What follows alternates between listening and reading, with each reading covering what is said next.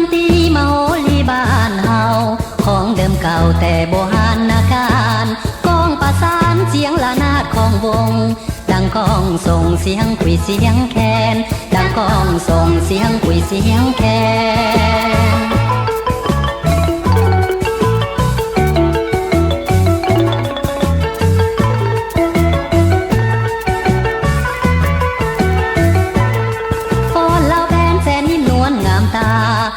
จำป่าเจ้าโสภาสดใสอยู่แดนใดหัวใจบ่ลืมแสนซาบซึ้งดังเสียงของแม่เอ๋ยแสนซาบซึ้งดังเสียงของแม่เอ๋ย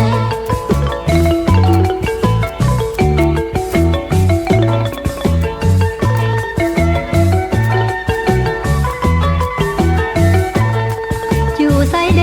จะเหมือนบ้านเฮาอยู่บ้านเฮามีความมาใครสนุกหัวใจในหอยยิ้มไม่ตีเมตาลีน้องพี่ลาวเอ้ยเมตาลีน้องพี่ลาวเอ้ย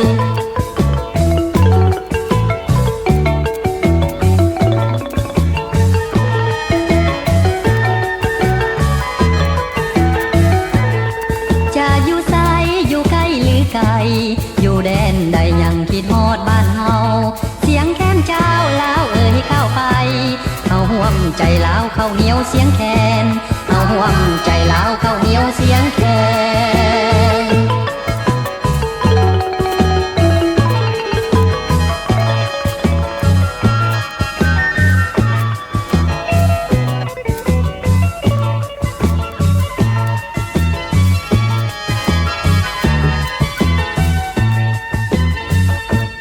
ฟ้อนลาวแผนแสนนิ่มนวลงามตาฟ้อนจำป่าเจ้าโสภาสดใสอยู่แดนใด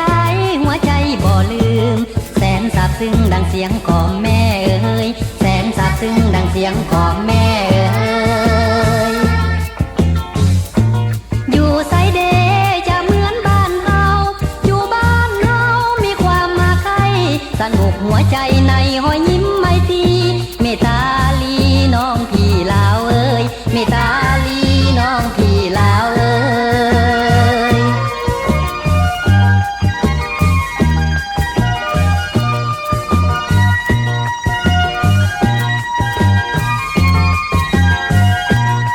จะอยู่ไสอยู่ใกล้หรือไกลอยู่แดนใดยังคิดฮอดบ้านเฮาเสียงแค้นเจ้าลาวเอ๋ยเข้าไปเขาห่วมใจลาวเข้าเหนียวเสียงแคนเขาห่วมใจลาวเข้าเหนียวเสียงแคน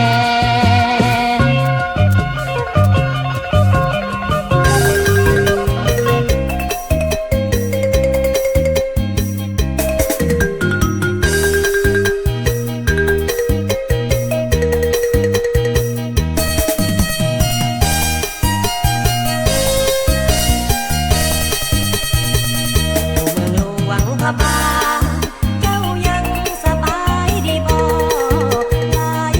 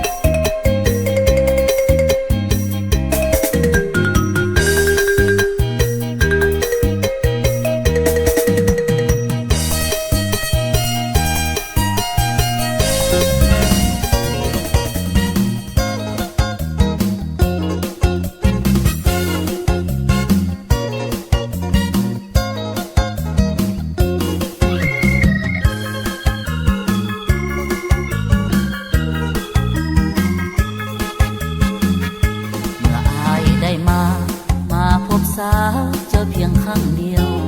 หัวใจอายนี่อยากน้องเหนียวไอ้จนลงเลี้ยวเกี่ยวสาวบ้านเกิน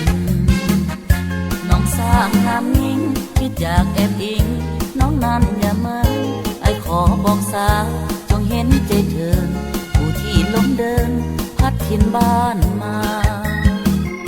ไอ้ได้ยินคำว่าหามาจากสามใบคำเบาสาวนั้นสร้างลงไหลซาบซึ้งตึงใจในดวงอุลาให้เหมือนคำเว้าที่อายและสาวเคยเว้ากันมาอย่าลวงให้อายต้องเสียน้ำตาเมื่อน้ำท่วมนาของอายลงจมน้องคนตาจงสงสารหากน้องเห็นใจอายนั้นจะหากจอมขวัญบ่ให้โศกตมปีหน้าต่อไปจะปลูกข้าวให้ข้าวนาให้สมหากแผ่นดินฟ้าให้ความอุดม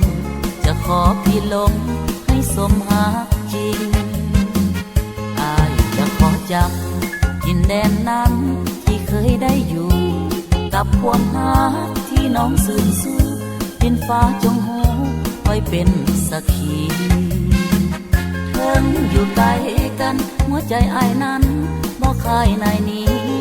อีกปีหน้าจะมาอีกทีสู่ขอคนดีแม่สาวบ้านเกิน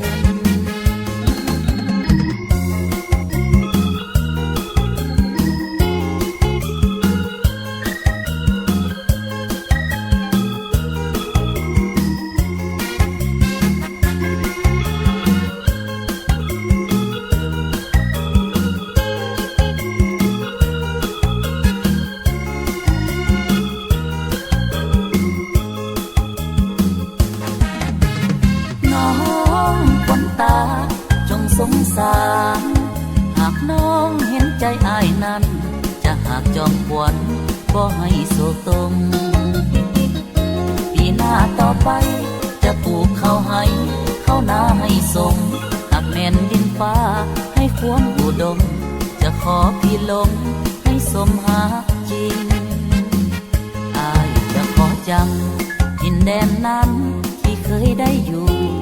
กับความหาที่น้องซื่นสู้ดินฟ้าจงหูไว้เป็นสักขีเทิงอยู่ไกลกันหัวใจอ้ายนั้นบ่คายนายนี้อีกปีหน้าจะมาอีกทีสู่ขอคนดีแม่สาวบ้านเกิน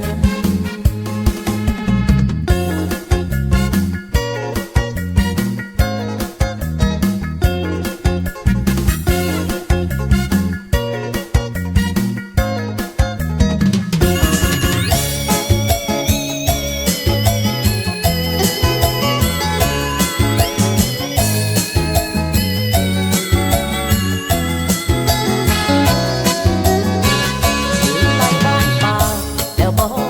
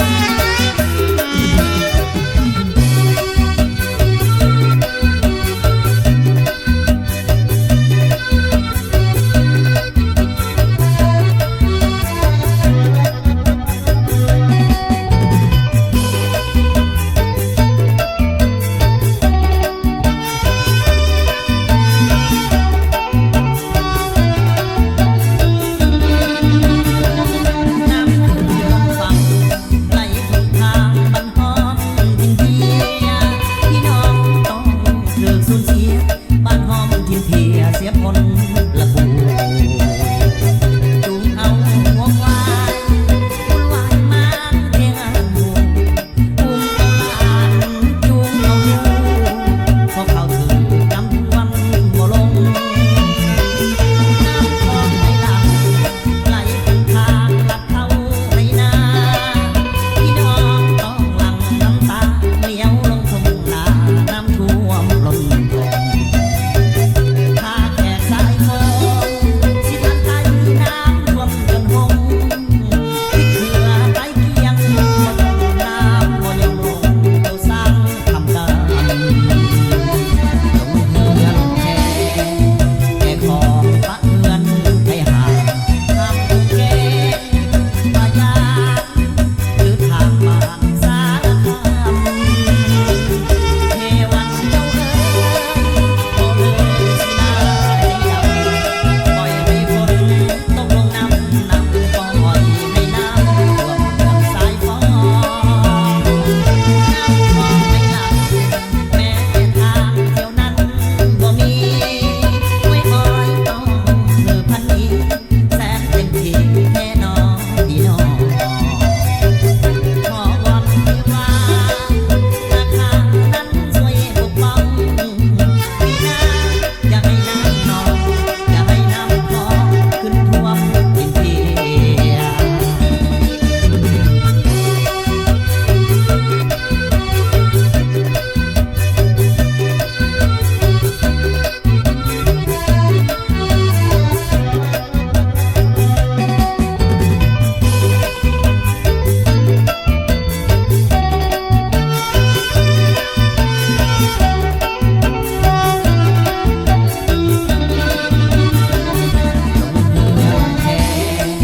แค่ของปะเฮือนให้ห่าง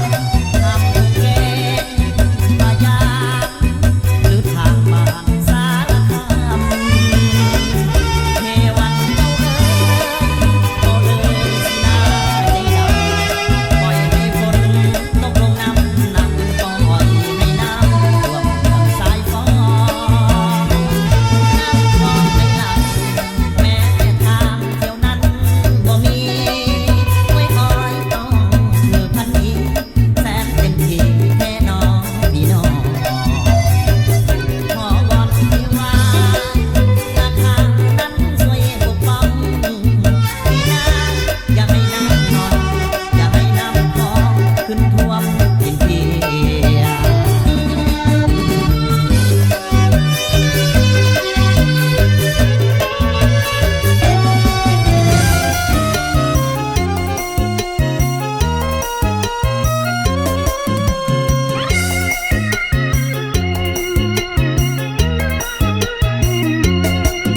ทานถิ่นดินสำเนื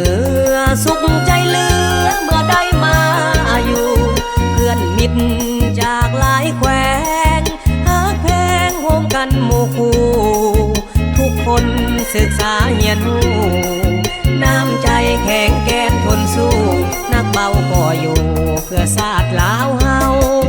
ครั้งก่อนตอนสงครามเป็นบ่วงน้ำห้วยน้องคลองอ่าวไอพลและฝูงเตทอกเทลูกบมหอยตาวตัดความสีวิไลเดินก้าว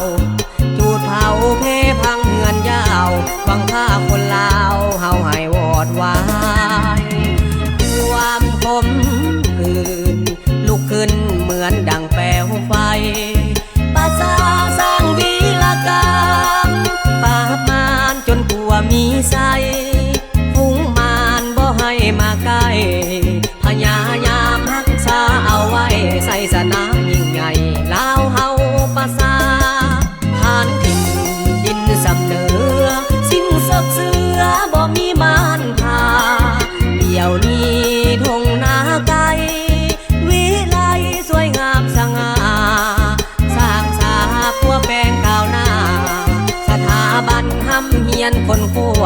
สถาปนาสื่อเมืองเวียงไส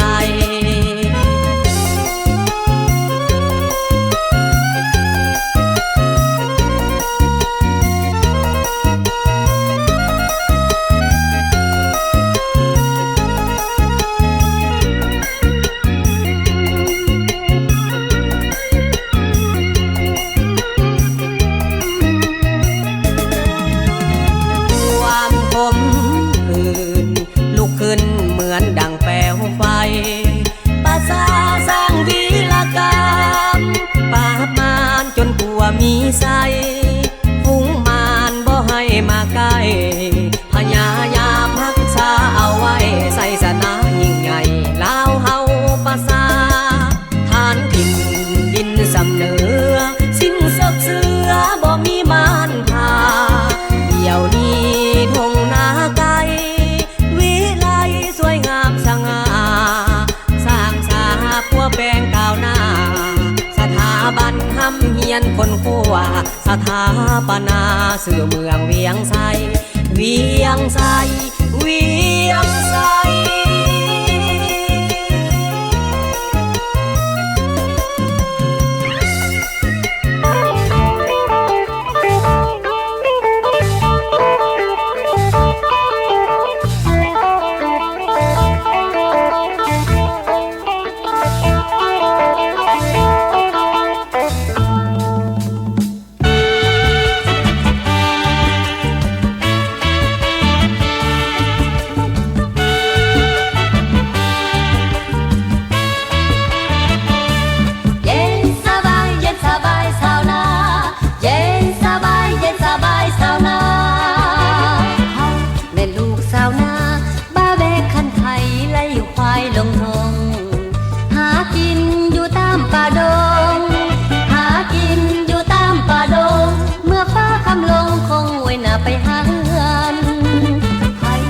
อยู่บ้านนาน้ำซื่นจิตใจหรือว่าเพียวไก่ยาบ้านนามีข้าวมีปลาบ้านนามีข้าวมีปลาเล่นเพียงนามุงยาลมพัดเย็นสบายเย็นสบายเย็นสบายสาวนาเย็นสบายเย็นสบายสาวนายามสวยนั่งลังควายบักดอนขับกาบขับก่อนลำเป่าแพ้โอว่าน้องเอ๋ยมาห่วมแห้งห่วมใจขยายบ้านแปลงเมืองท้องน้องนาสุขก็สุขเลิศล้ำแนวทางเป็นธรรมสร้างชีวิตสาวนาอยู่ไว้กำทำเพื่อชาติภาษาอยู่ไว้กำทำเพื่อชาติภาษาออกแห้งตั้งหน้าต่างภายอึดหิวเย็นสบายเย็นสบายสาวนาเย็นสบายเย็นสบายสาวนาแสนมีเกียรติเหลือล้นได้ปากก็ผลสวยซาดดังหวังมีควายเป็นเพื่อนพลังมีควายเป็นเพื่อนพลังความการที่นำส่องแสงทางเดินเย็นสบายเย็นสบายสาวนาเย็นสบายเย็นสบายสาวนา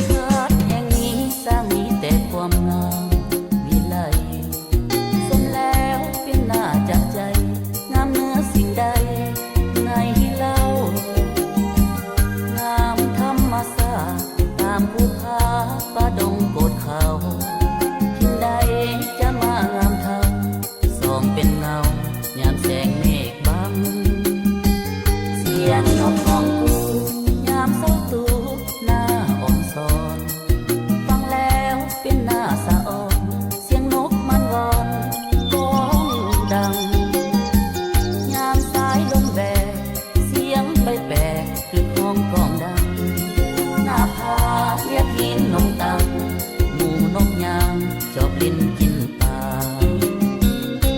เมืองซึ่งให้ภัยก็ยังต้องการเห็นแล้วอยากไปพบผ่านอยากจะเห็นไว้เป็นควันตามีหอยสลักปรับดวงใจยามเมื่อจากลาน้องตั้งคำเขาลือสาอาจเป็นใจยางามแลนางจอมโอโซเลี้ยวงงคืนเต่ากลับมาเมืองสุยแสนงามสง่าดังเทพเทวาปั้นแต่งน้องสาวเดินเล่นยามตาเว้นใกล้จะรับแสงเพื่อไหลใต้ฟ้ายามแลงสุขสมทุกแห่งเมืองสุยนี่เอ่ย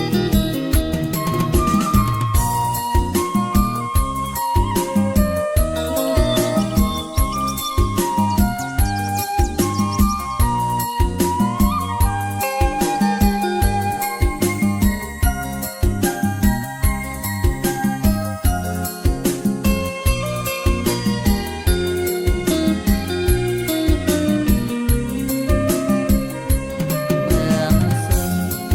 ให้ภัยก็ยังต้องการเห็นแล้วอยากไปพบผ่านอยากจะเห็นไว้เป็นควันตามีหอยสลักปรับดวงใจยามเมื่อจากลาน้องตั้งคำเขาลือสาอาจเป็นใจยางามแลนางจอมโอโซเลี้ยวงงคืนเต่ากลับมาเมืองสุยแสนงามสง่าดังเทพเทวาปั้นแต่งน้องสาวเดินลิ้นงามตาเว้นใกล้จะรับแสงเพื่อไหล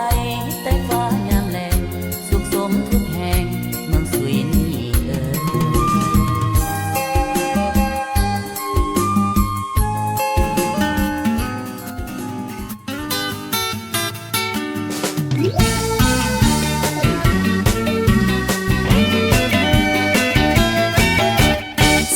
15 ปีที่ไต่เฮาห่างแดนดินเยินเข้าไปจงเอ็นดูหมู่ข้าน้อยที่พลอยผ่านมาเฮาคนไต่ย้ายกันไปทุกทิศทุกทางจงหักกันเน้อไต่ดำเฮานา15 ปีไต่ดำเฮาเสียดายเด้เข้าไป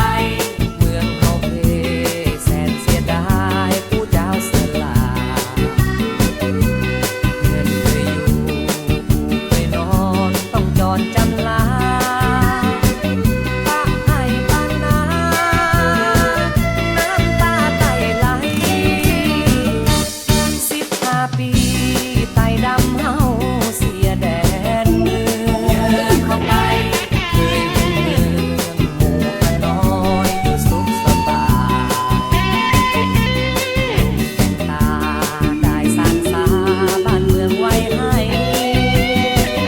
บัดนี้จากไกลไต่เสียดายเด้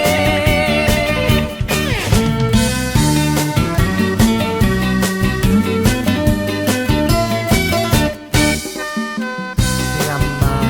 น้ำไทยไหลยามเมืองจากไกลสู่เจ้าเสลาอบพยพลบหนีไปลีลาไต่ดำตัวหนางำหา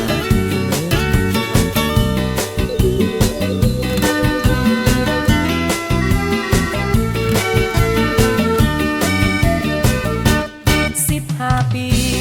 ไต่ดำเฮาเสียดายเด้เข้าไปเมืองเฮาเพแสนเสียดายผู้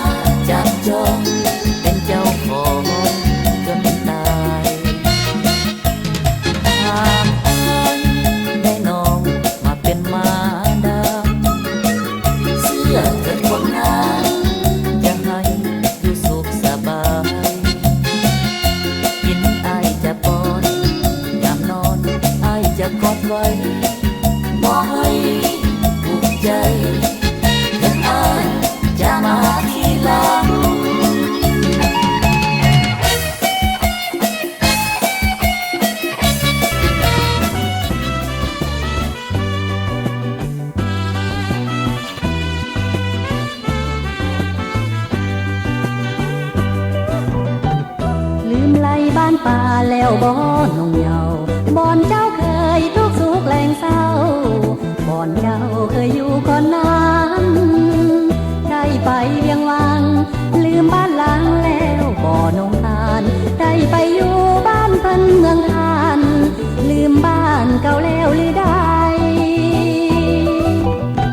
ผู้ป่ากุ้งสิวที่เจ้าเคยงอมลืมแล้วบ่ลดกินแกงอ่อมกินหอมปลาลาปลาไหลได้กินนันดีลืมแล้วตีปลาน้อยถึกใสได้กินปลาทะเลกุ้งใหญ่ลืมไหลแล้วบ่บ้านนาเจ้าคงลืมเสียสิ้นลืมกินที่เคยจริงบ่เห็นเจ้าก้าวอ้างเลยลืมเลยบ้านดงบ้านป่าได้ดีมีสุขคงลืมถูกไปแล้วแก้วตาลืมความรักลืมคำสัญญาลืมบาจาไปแล้วบ่นา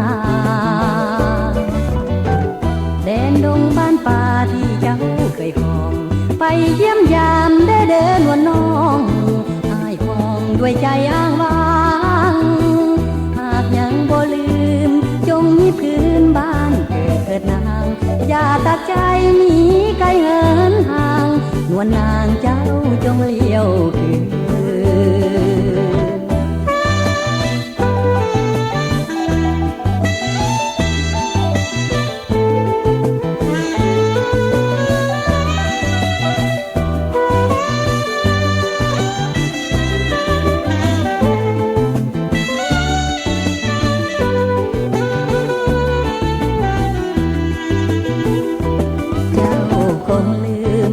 สิ้นลืมกินที่เคยจึงบ่เห็นเจ้าก้าวห่างเลย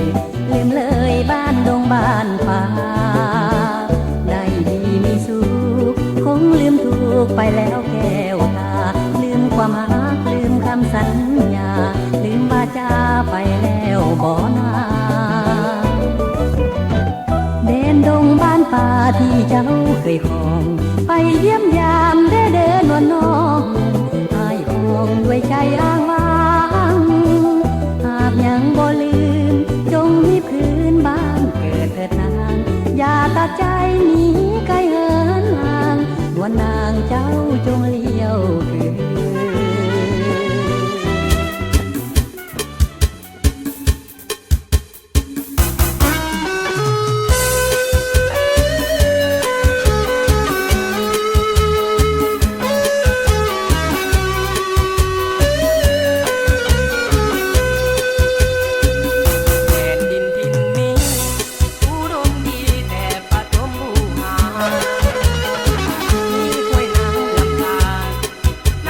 ส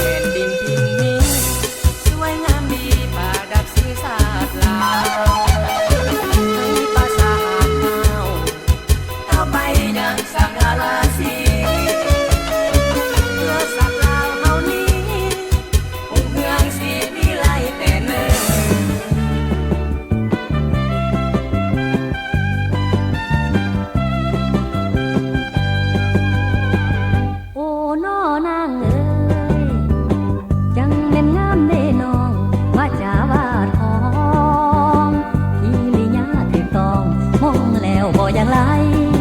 งามวิไลยุคสมัยยิ่งเฮาเก่านุ่งถือตามประเพณีของเฮาสาวงามดังดวงบุพาสมซื่อแล้วนาทั้งโจบทั้งงามให้ก็สมเสยยองน้องมันเพี้ยนเหียนหูงานการน้องเด่นได้มาเห็นน้องแล้วคือแก้วแบนแยงเพื่อนสายต่างแสวงไม้ปองมันเพื่อนหญิงต่างก็มีความสัมพันธ์เรียกงานน้องก็ห้าวหันเหยียบพันเพศชายสมเป็นหญิงยุคใหม่โอ้หันก่าไว้งามน้ำใจสู้ทนอดออมงามแต่หูแต่จูบบอมงามแต่หูแต่จูบบอมสายผู้ไม้อยู่ดอมอีกบนนั้นก็นายโอ้นอสาวเจ้าวิไลงามน้ำใจใส่ความสามารถสมเป็นขวัญใจของชาติมีบทบาทต่อภาลานาทีอย่าได้ไล่ลืมเด้ออยากมาเคียงไกลสมัครใจไว้ก่อนมีสามอนน้องลาพอสิได้แด่บ่น้องหากยังบ่เพียงพอผลงานอายนัดหมายไว้ก่อนก็ได้คนดีให้คอยท่าอีกจักปีบอกอายได้ตีพอได้มีความหวัง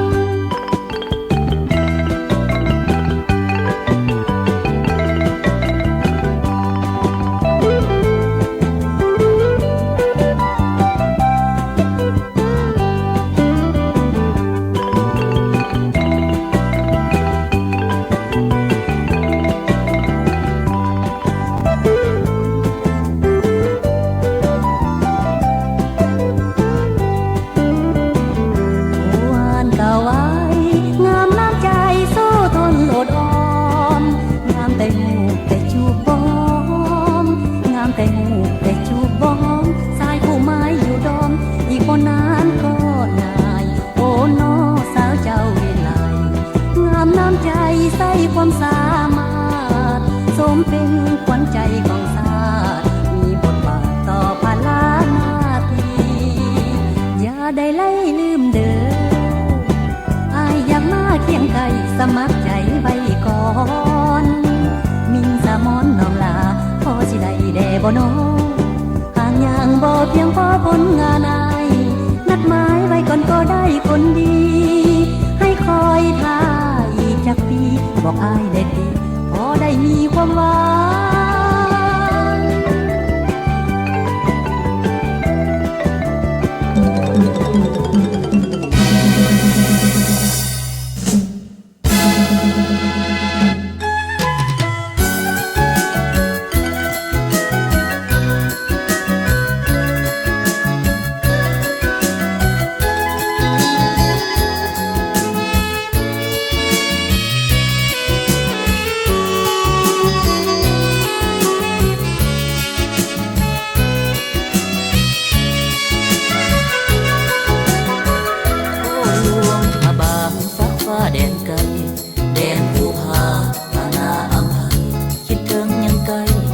ใจของนา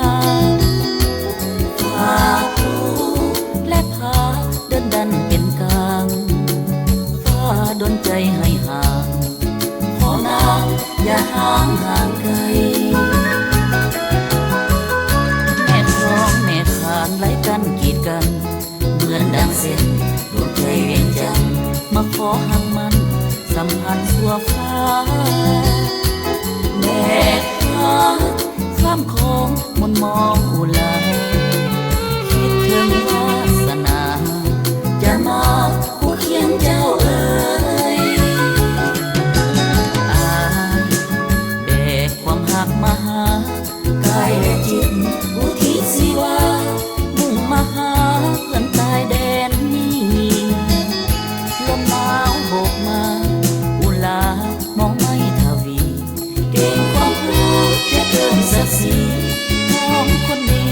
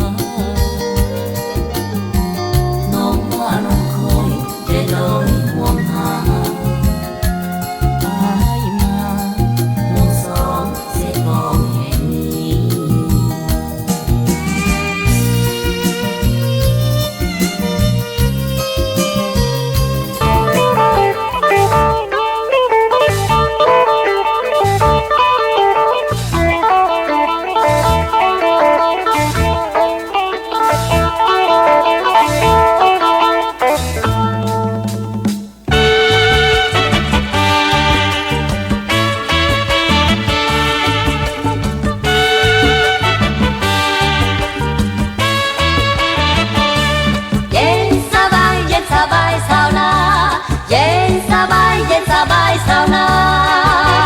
เฮาแม่ลูกสาวนาบ้าแบกคันไถไล่ควายลงทงหากินอยู่ตามป่าดงหากินอยู่ตามป่าดงเมื่อฟ้าคำลงคงไว้หน้าไปหาเฮือนไผว่าอยู่บ้านนาน้ำซื่นจิตใจหรือว่าเพียวไก่ยาบ้านนามีข้าวมีปลาบ้านนามีข้าวมีปลาแม่นเพียงนามุงยาลมพัดเย็นสบายเย็นสบายเย็นสบายสาวนาเย็นสบายเย็นสบายสาวนายามสวยนั่งลังควายบักดอนขับกาบขับก่อนลำเป่าแคนโอว่าน้องเอ๋ยมาห่วมแห้งห่วมใจขยายบ้านแปลงเมืองท้องน้องนาสุขก็สุขเลิศล้ำแนวทางเป็นธรรมสร้างชีวิตสาวนาพี่ไว้กำทำเพื่อชาติป่าซาพี่ไว้กำทำเพื่อชาติป่าซาออกแห้งตั้งหน้าต่างไทยอึดหิวเย็นสบายเย็นสบายสาวนาเย็นสบายเย็นสบายสาวนาแสนมีเกียรติเหลือล้นได้ปากบผลสวยซาดดังหวังมีควายเป็นเพื่อนพลังมีควายเป็นเพื่อนพลังความการสีนำส่องแสงทางเดินเย็นสบายเย็นสบายสาวนาเย็นสบายเย็นสบายสาวนา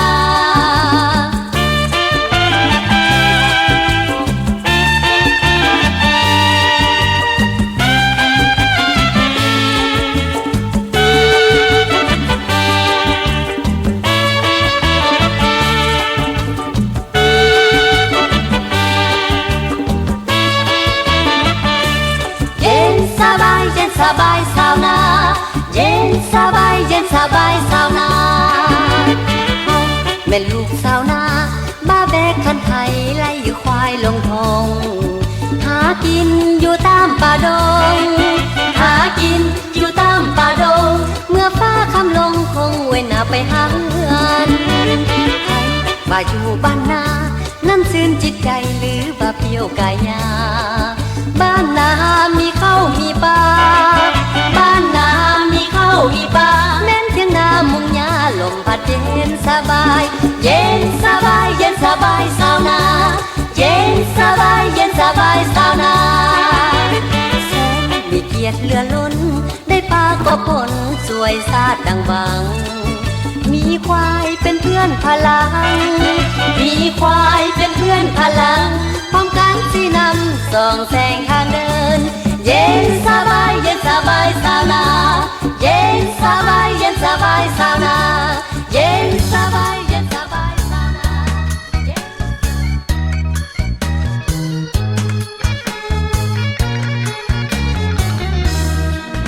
เสียงพวงเป็นแดนวิมานหนาวกายสถานหนาวสั่น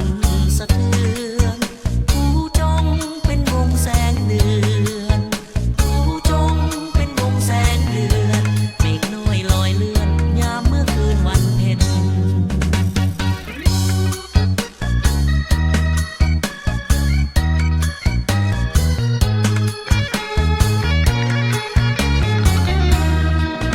หมู่นางนาคน้อยนารีลอยกลางนาทีเป็นราศีสวยเด่นน้ำยิ้มไหลลิ้นว่าเว้นน้ำยิ้มไหลลิ้นว่าเว้นเศร้าคำแลเห็นสาวเนื้อเย็นล่องลอยโอ้เสียงพวงมีเอ่ยก่อนนี้เฮาเคยเห็นเจ้างามหยาดย้อยเดี๋ยวนี้ธรรมศาสตร์จอมดอยเดี๋ยวนี้ธรรมศาสตร์จอมดอยเศร้าคำนั่งคอยผู้จ้องมองงามตา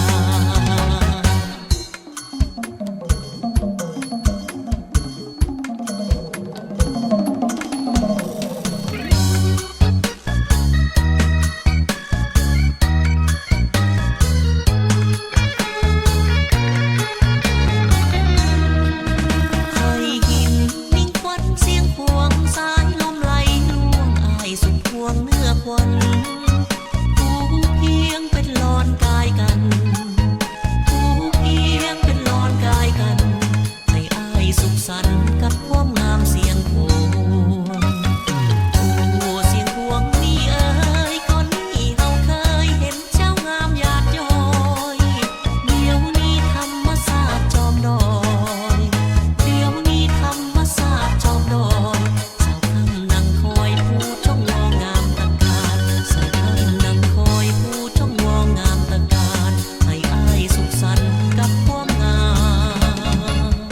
เสียงผู้